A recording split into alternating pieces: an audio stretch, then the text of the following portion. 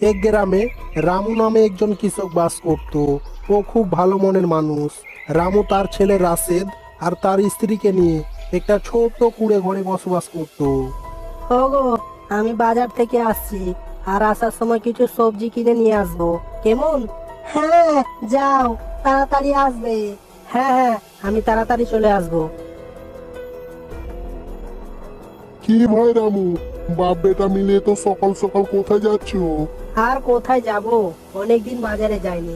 যাই, একটু বাজার থেকে ঘুরে আসি। আমিও তো বাজারেই যাচ্ছি। শুনলাম আজ নাকি সস্তায় খুব ভালো ভালো গরু পাওয়া যাচ্ছে। তাই? সস্তায় গরু পাওয়া যাচ্ছে? হ্যাঁ, খুব সস্তা। কাসেম তো নিয়ে আসলো, ওর দেখেই তো আমি যাচ্ছি। তো চলো, সস্তা পেলে আমিও একটা নিয়ে নেব। হ্যাঁ চলো। আসুন আসুন, সস্তায় সস্তায় গরু নিয়ে যান, মাত্র 10,000 টাকায়। তাড়াতাড়ি আসুন। দেখ, অনেক বেশি বলছো। না বাবু, আমি দাম বেশি বলিনি। চাইলে পুরো হাটটা ঘুরে একবার দেখে নিতে পারো।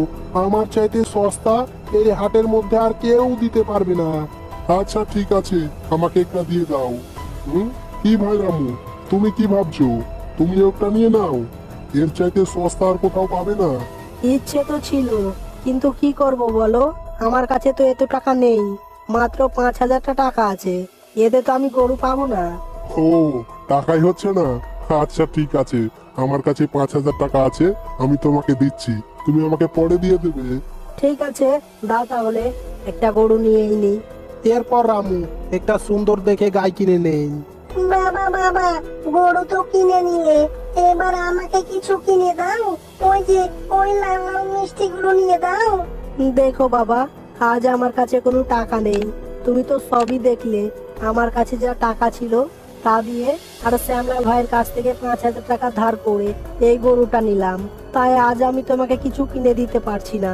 আজকে নিও না, এবার আসলে আমি তোমাকে অনেকগুলো মিষ্টি কিনে দেবো, কেমন? চলো। আমি এই গায়ের পেছনে এত টাকা খরচ করে দিলাম, এত টাকা আমি উঠাতে পারবো তো? এই গাড়িটাকে দিয়েই আমি আমার সমস্ত জমি চাষ করাবো। আর সমস্ত জমিতে যদি ভালোভাবে চাষাবাদ করা যায়, তাহলে ভালো ফসল পাওয়া যাবে। আর ধীরে ধীরে শ্যামলালের টাকা তাকে শোধ করতে থাকবো। কই গো, শুনছো? একবার বাইরে এসে দেখো আমি কি নিয়ে এসেছি। তুমি যে বললে সবজি কিনে নিয়ে আসবো, সবজি না কিনে এই গরুটা কিনে নিয়ে আসলে। যখন নিয়ে চলে এসেছো, তখন সবজির পরিবর্তে এই গরুটাই সিদ্ধ করে খাও। ছি! বাবা, তুমি শুধু শুধু এই গাইটা কিনে টাকাগুলো নষ্ট করলে। এই গাই কোনো কাজের না। তুমি এই গাইকে দিয়ে কিচ্ছু করাতে পারবে না, শুধু পয়সাগুলো নষ্ট হলো। দেখ, এই বলে রাশেদ গরুর গলায় থাকা ঘন্টাটা বাজিয়ে সেখান থেকে যেতে শুরু করে। আর ঘন্টা বাজার সঙ্গে সঙ্গে সেখানে অনেকগুলো মিষ্টি চলে আসে। এই দেখে ওরা দুজনেই অনেক অবাক হয়ে যায়। বাবা, এটা এটা কি করে হলো? আমি জানি না বেটা, এটা যে কি করে হলো, আমিও তো কিছু বুঝতে পারছি না। মনে হচ্ছে এটা কোনো জাদুই গরু। তাহলে আমি এক কাজ করি, ওর কাছে কিছু চেয়ে দেখি তো পাওয়া যায় কিনা। হে জাদুই গাই, তুমি আমাকে একটা সুন্দর মোটর সাইকেল দাও। কিন্তু গাই কিছুই দিল না। আচ্ছা ঠিক আছে ঠিক আছে, মোটর সাইকেল না দেবা, এটা সাইকেল তো দাও। এই কেমন জাদুই গাই, এটা সাইকেলও দিতে পারছে না। আর কিছুক্ষণ পর রামু এটা বুঝতে পারে যে এটা কি করে হলো। তাই ও গরুর গলায় থাকা সেই ঘন্টাটা বাজিয়ে, হে জাদুই গাই, আমাকে অনেকগুলো সবজি দাও। রামুর এই কথা বলতেই সেখানে অনেকগুলো সবজি চলে আসে। পার্বতী, ও পার্বতী, একবার বাইরে এসে দেখো, তোমার জন্য সবজি নিয়ে এসেছি। এরপর রামু তার স্ত্রীকে সমস্ত কথা খুলে বলে। এই শুনে তার স্ত্রীও অনেক খুশি হয়ে গরুর গলায় থাকা সেই ঘন্টাটা বাজিয়ে, হে জাদুই গাই, আমার অনেক সোনা দরকার, দাও, আমাকে অনেকগুলো সোনা দাও। আর সঙ্গে সঙ্গে গাই তার মুখ দিয়ে সোনা বের করতে শুরু করে। এরপর থেকে তারা প্রতিদিনই গায়ের কাছ থেকে সোনা নিত আর বাজারে বিক্রি করে আসতো। এইভাবেই দেখতে দেখতে ওরা গ্রামের সবচাইতে ধনী মানুষ হয়ে যায়। আর রামুর এত ধনী হবার কথা একদিন শ্যামলাল শুনতে পায়। এটা কি করে হতে পারে? আমার তো কিছু মাথায় ঢুকছে না। ওর কাছে একটা গরু কেনার মতো ক্ষমতা ছিল না, আজ নাকি ও গ্রামের সবচাইতে বড় ধনী। লোকে বলছে যেদিন থেকে ও একটা গরু কিনেছে সেদিন থেকে নাকি ওর উন্নতি শুরু হয়েছে। আর তাকে গরুটা তো আমি কিনে দিয়েছি, ওর কাছে তো পয়সা ছিল না। আমি আমার পকেট থেকে 5,000 টাকা ওকে দিয়েছি, এখনো ও আমাকে 5,000 টাকা দেয়নি। তাহলে তো হিসাবে গরুটা আমারই হচ্ছে। কাজ করি, যাই, আমি কালকে যাই আর ওর কাছ থেকে গরুটা নিয়ে চলে আসবো। আর রামু সেদিনকে তার গাইকে চড়ানোর জন্য জঙ্গলে এসেছিল। এই দেখে শ্যামলাল, এই যা। রামু ভাই, তুমি এখানে? আমি তোমাকে পুরো জঙ্গল খুঁজে পেলাম। তোমার স্ত্রী হঠাৎ হঠাৎ অসুস্থ হয়ে পড়েছে। যাও, এক্ষুনি এক্ষুনি ঘরে যাও। কি ঠিক কি বলছো? আমি তো তাকে সকালে ঠিক দেখলাম, আর হঠাৎ এখন এখন তার কি হয়ে গেল? আচ্ছা ঠিক আছে ঠিক আছে, আমি এক্ষুনি এক্ষুনি যাচ্ছি। তুমি একটু গরুটা দেখবে কেমন? এই বলে রামু ঘরের দিকে যেতে শুরু করে। এই দেখে শ্যামলাল গায়ের কাছে এসে গাইকে নিয়ে সেখান থেকে চলে যায়। এবার আমিও অনেক ধনী হয়ে যাব। আর এদিকে রামু তার ঘরে এসে দেখে তার স্ত্রী সুস্থ।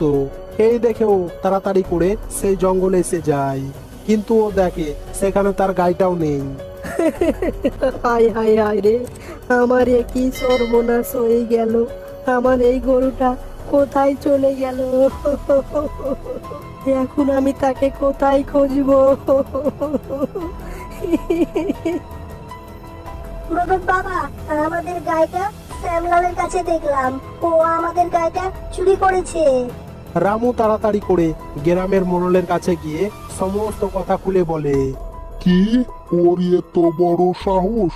ও গাই চুরি করেছে? চলো চলো, এর সাজা আমি ওকে দেব।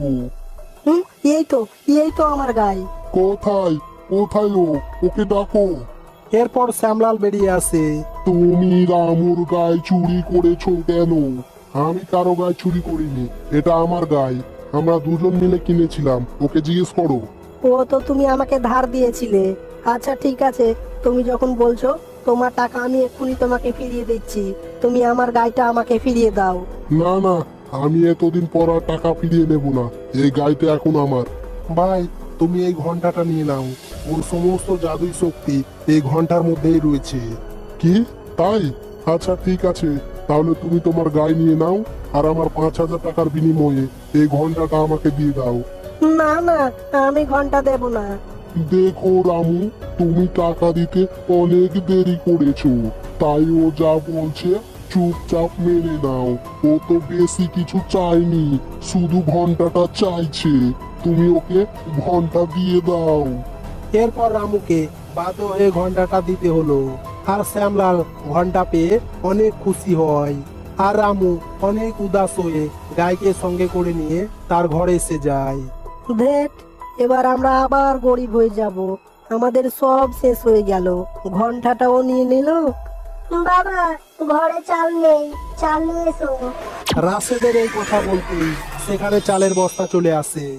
হুম, আরে আরে আরে আরে আরে, এবার আমি বুঝতে পারলাম যে সেই জাদুই শক্তি আসলে সেই ঘন্টার মধ্যে না, এর শরীরের মধ্যেই রয়েছে। এরপর থেকে ওরা প্রতিদিনই জাদুই গায়ের কাছ থেকে সোনা নিত আর সমস্ত সোনা বাজারে বিক্রি করে ধীরে ধীরে ওরা আগের চাইতে অনেক ধনী হয়ে গেল। আর এদিকে শ্যামলাল সেই ঘন্টাটা নিয়ে, দাও, আমাকে অনেকগুলো টাকা দাও। না না, আমাকে সবই দাও, সোনা দানা টাকা পয়সা সব দাও। দেখ, কখন থেকে বলে যাচ্ছি, কিছুই পাচ্ছি না। এই ঘন্টা তো দেখছি বেকার, কোনো কাজের না। আমি আমার টাকাটা যদি ফিরিয়ে নিতাম তাও কোনো কাজে পেতাম। এই ঘন্টাটা নিয়ে আকাম করে দিলাম। ধ্যাৎ। এই বলে শ্যামলাল অনেক রেগে গিয়ে ঘন্টাটা ফেলে দেয়। তাহলে এই গল্প থেকে আমরা এই শিক্ষা পাই যে অন্যের ধন সম্পদ উন্নতি দেখে কখনোই হিংসা করা উচিত না, কারণ এতে উল্টো নিজেরই ক্ষতি হয়।